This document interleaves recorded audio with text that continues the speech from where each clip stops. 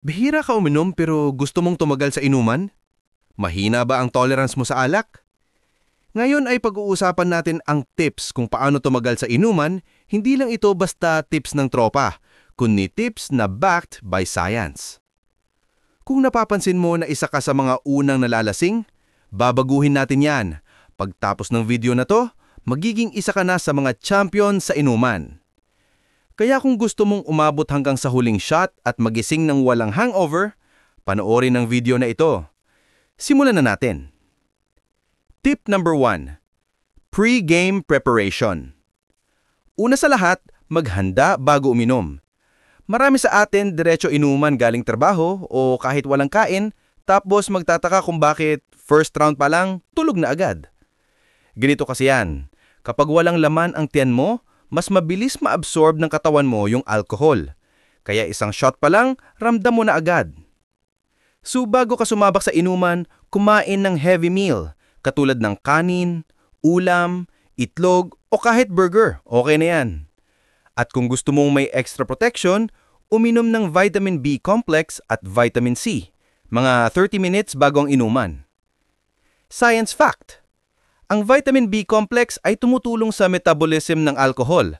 Ibig sabihin, tinutulungan niya yung atay mo i-break down ang alak. At ang resulta, mas matagal o babagal ang epekto ng alak sa iyo. Ang vitamin C naman ang pamprotect sa cells ng atay para hindi agad ito mapagod. So bago uminom, vitamins muna. Yan ang armor mo bago ang laban. Tip number 2. Tubig is life. Tubig is the real MVP. Alam mo bang ang alcohol ay pampaihi? Ibig sabihin, pinapaihi ka nito kaya habang tumatagal ka sa inuman, nauubos din ang tubig sa katawan mo. At yan ang dahilan ng hilo, sakit ng ulo, at hangover kinabukasan. So every 2 shots, mag-isang basong tubig ka muna. Kung gusto mong mas discreet, gawin mong chaser ang tubig. Bonus tip. Iwasan ang juice at soft drinks na chaser dahil sa mataas na sugar content ito. Ang sugar ay nagpapataas ng blood alcohol concentration o BAC. Mas bibilis ang dehydration mo at ang resulta, mas mabilis ma-absorb ng bituka mo ang alak at ang mas malala, mas masakit ang ulo mo kinabukasan. Science fact, ang hydration ay nakakatulong para mas mabagal ma-absorb ng katawan mo ang alcohol. Isa pang bonus tip, pwede rin mag-hydration salts o electrolyte drinks katulad ng Pocari Sweat or Gatorade bago matulog para kinabukasan, fresh ka pa rin at walang sakit ng ulo. Tip number 3. Pulutan with purpose. Hindi porket may pulutan ay kung pumulutan ka ay sagad, ha? Dapat strategic tayo sa pulutan. Kung gusto mong tumagal, piliin yung may protein at healthy fats tulad ng liempo, sisig, adobo o kwek-kwek kung meron. Bakit? Kasi pinapatagal nito ang pag-absorb ng alcohol sa tiyan. Pero iwasan yung sobrang alat kasi nagbibigay ito ng dagdag trabaho sa kidney at mas mahihirapan ito sa pag-process ng alak sa ating katawan.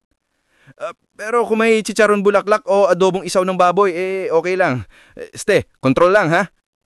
Science fact, protein plus fat equals slower alcohol absorption. Maalat plus alak equals lasing agad at mas malakas na hangover. Tip number 4. Pacing and knowing your limit. Isa pa, hindi ito karera. Ang tunay na warrior ay marunong mag-pacing. Ayon sa mga pag-aaral, ang atay natin kayang mag-process ng isang shot kada oras. Pero syempre, hindi naman pwedeng sa isang oras ay isang beses ka lang iinom. Pero kung shot ka ng shot kada 5 minutes, wala nang chance yung atay mo humabol. Kaya ang resulta, lasing ka agad. Kaya kung shot mo na, daanin mo muna sila sa kwento sandali. Pero bawal ang kwentong barbero Gawin mong cycle na shot, kwento, tawa, pulutan, repeat. Hindi nakakahiyang tumanggi sa shot kung ramdam mong sobra na. Mas nakakahiya ang sumuka o paggising mo ay may viral video ka na sa inyong magtotropa. May naaalala ka no? Science fact, kapag sobrang bilis mong uminom, tataas ang blood alcohol concentration o BAC mo ng biglaan. At yan ang dahilan kung bakit bigla ka nalang mahihilo at malalasing.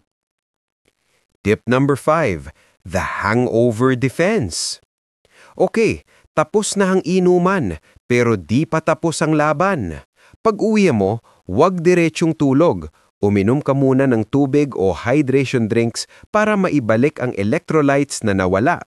Pwede rin vitamin B complex ulit kinabukasan kasi nauubos ang vitamin sa katawan habang nagpo-process ng alak.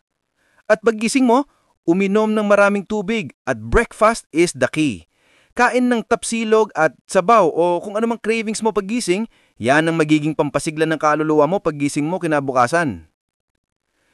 Science fact: tumutulong ang carbohydrates at protein para mag-recover ng glycogen at liver enzymes, kaya mas mabilis makakabawi ang katawan mo. At syempre, uminom ng maraming tubig or hydration drinks. Sundan ang mga tips at siguradong aabot ka sa last shot. At ang huling paalala, drink moderately. I-share nyo naman yung mga pinaka-nakakatawang experience nyo sa inuman para good vibes tayong lahat. I-comment nyo below. Para sa mga wasalak diyan, ano ang mga tips na maibibigay ninyo? Kung nagustuhan mo ito, i-like mo lang ang video at mag-subscribe. Malaking tulong na yan para sa maliit na channel na katulad ko. Maglalabas ako ng video every week, kaya samahan nyo ako sa YouTube journey ko. Salamat!